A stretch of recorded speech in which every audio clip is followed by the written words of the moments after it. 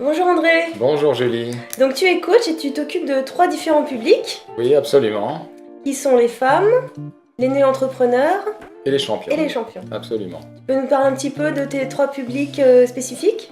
Les champions d'abord parce que j'ai fait beaucoup de sport, j'ai entraîné beaucoup de sportifs, j'en ai coaché beaucoup et je suis en admiration devant ce qu'ils font. Et les femmes, est-ce qu'elles seront aussi l'objet de ton admiration? Absolument. Les femmes et le féminin en général d'ailleurs. Et c'est relié d'ailleurs à la troisième cible, les néo-entrepreneurs, parce qu'il y a de plus en plus de femmes qui sont entrepreneurs. Et qu'est-ce que tu entends par néo-entrepreneur? Il y a un clin d'œil dans Néo. Néo, ça veut dire qu'il faut quelque chose de nouveau pour accompagner la transition nécessaire de notre société. Ils vont être nouveaux, néo, dans le sens que les innovations qui vont venir vont être des innovations plus humanisées et plus solidaires. Pourquoi tu t'intéresses autant au public des champions? Ce qui m'intéresse chez les champions, et c'est dans mon slogan, c'est la maîtrise de l'état de grâce. Quand un champion atteint l'état de grâce, c'est quelque chose d'extraordinaire. Je l'explicite dans d'autres vidéos. C'est ce vers quoi je veux les accompagner. Et cet état de grâce, c'est une dimension supérieure de soi-même, enfin c'est une sorte d'état différent de conscience ou de... C'est un état très particulier, et d'ailleurs quand ils en parlent, ils ont du mal à trouver les mots. Quand ils parlent du fait de se sentir invulnérable, du fait que tout est facile, que l'échelle de temps n'est plus la même, ils essaient de trouver des mots pour décrire ça parce que les mots n'existent pas vraiment. Donc c'est sûr que c'est un tout autre état que celui pour lequel habituellement déjà ils s'entraînent de façon plus ou moins besogneuse. Donc tu peux les accompagner vers cet état d'être C'est ma proposition, qui oui. leur permet d'être performants. Absolument, plus que performant. Qui leur permet de vivre quelque chose qu'ils n'ambitionnaient peut-être pas alors qu'ils voulaient une médaille, ils vont avoir beaucoup plus. Et ces néo-entrepreneurs, qui sont-ils? Ce sont des entrepreneurs, déjà, avec toutes les qualités qu'ils ont. Ils ont d'ailleurs des qualités qu'on retrouve chez les champions. Ce sont des gens persévérants, déterminés, même si ça ne marche pas du premier coup, ils y vont. Si j'emploie le terme néo-entrepreneur, c'est un clin d'œil pour parler de nouveauté. La nouveauté dont on va avoir besoin pour accompagner le virage de notre société. S'il n'y a pas de virage, en face, il y a un mur. Il serait peut-être temps de le faire. Ça a déjà commencé. Les néo-entrepreneurs, c'est vraiment les gens que j'ai envie d'accompagner parce qu'ils vont permettre la transition qui est nécessaire. Et les femmes aussi jouent un rôle prépondérant dans la société. D'abord en tant que néo-entrepreneuse, parce qu'il y en a beaucoup et il y en aura de plus en plus, et peut-être qu'elles seront majoritaires dans quelques temps.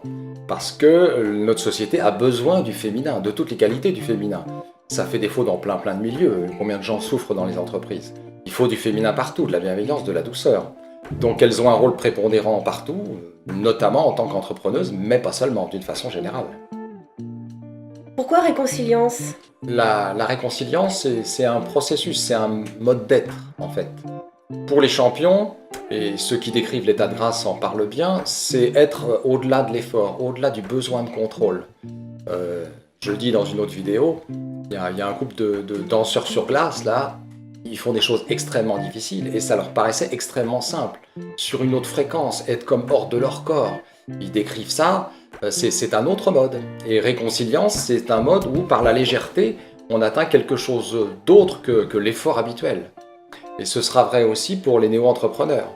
Ils vont avoir besoin de franchir les obstacles habituels que rencontrent les entrepreneurs, les obstacles extérieurs, parce que là, la société est lourde, et puis à l'intérieur, les doutes, les découragements, etc. L'accompagnement consiste à les connecter à un mode beaucoup plus léger, où ils vont s'affranchir de tout ça, ils vont passer au-dessus de tout ça. Ah oui, donc les ballons, effectivement, de ton logo rappellent la légèreté, et cette légèreté concerne aussi les femmes. Elle concerne les femmes, en fait, la légèreté, c'est féminin, comme beaucoup d'autres qualités, comme je l'ai dit, dont a besoin notre société. Donc les femmes, dans la pression de la société, peuvent avoir beaucoup de difficultés à rester dans leur nature, avec toutes ces qualités, parce que notre société a ses rudesses, a son agressivité. On le voit beaucoup dans les entreprises, mais dans plein d'autres milieux. Et donc l'idée de leur permettre de retrouver la légèreté et toutes les qualités féminines, c'est pour ça que c'est dans mon logo, c'est aussi le processus en lui-même, parce que mon accompagnement est un processus d'allègement. C'est vrai pour les femmes, c'est vrai pour le féminin en général chez les hommes, qu'ils soient néo-entrepreneurs, champions, hommes, femmes ou n'importe qui d'autre en définitive. C'est s'alléger d'une multitude de pressions liées au quotidien. Oui, alors c'est s'en alléger, heureusement, avec la bonne nouvelle, c'est qu'il ne s'agit pas de lutter à l'extérieur pour faire le ménage. Il faut simplement changer à l'intérieur sa vision pour aborder les choses différemment. Donc retrouver, s'autoriser à cette légèreté pour que le reste suive, c'est-à-dire le réalignement avec sa nature profonde. Le fait d'être centré davantage sur ses aspirations profondes, par exemple. Sur son mode d'être, dont ses aspirations, oui. Le plus souvent, les femmes sont suivies en coaching par d'autres femmes. Comment ça se passe avec toi, ce coaching avec les femmes? Eh ben, c'est surtout parce que ça se passe bien que je le fais. Ça se passe bien tout le temps. Et pour moi, c'est important que ça se passe bien parce que le challenge dans nos sociétés des femmes est, à mon avis, bien supérieur aux hommes, qui sont avantagés encore dans plein de points. C'est pour ça aussi que le féminin n'est pas assez présent dans nos sociétés. C'est parce qu'elles ont du mal à s'extérioriser, leur challenge est multiple. Et encore une fois, rien que dans le monde de l'entreprise, elles sont toujours pas en parité, toujours pas l'égale des hommes, sur plein de points. Et il n'y a pas que dans ces milieux-là.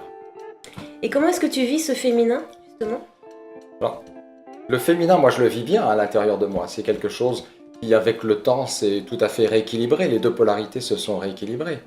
Comme je dis aussi aux femmes, la fréquence masculine, la polarité masculine, elle est utile dans certaines situations, mais elles ont surtout besoin d'être elles-mêmes au niveau du féminin. Me concernant, le travail que j'ai fait sur moi, comme tous les coachs et comme tous les thérapeutes depuis fort longtemps maintenant, m'a amené à rééquilibrer les deux et à déguster ce féminin en moi et à déguster la vie à travers lui. En tout cas, je trouve que tu inspires vraiment la sérénité et la légèreté. Quel est ton secret? Je ne sais pas si j'ai un secret. Ce qui est certain, c'est qu'on me le dit assez régulièrement et c'est quelque chose que j'essaie de transmettre. Parce que sans la sérénité, sans une paix intérieure de base, le reste a peu de chances de vraiment s'aligner et d'être bien vécu. Le bien-être, ça part de la sérénité. Et après, il faut s'autoriser à être heureux dans la vie, il faut s'autoriser la légèreté.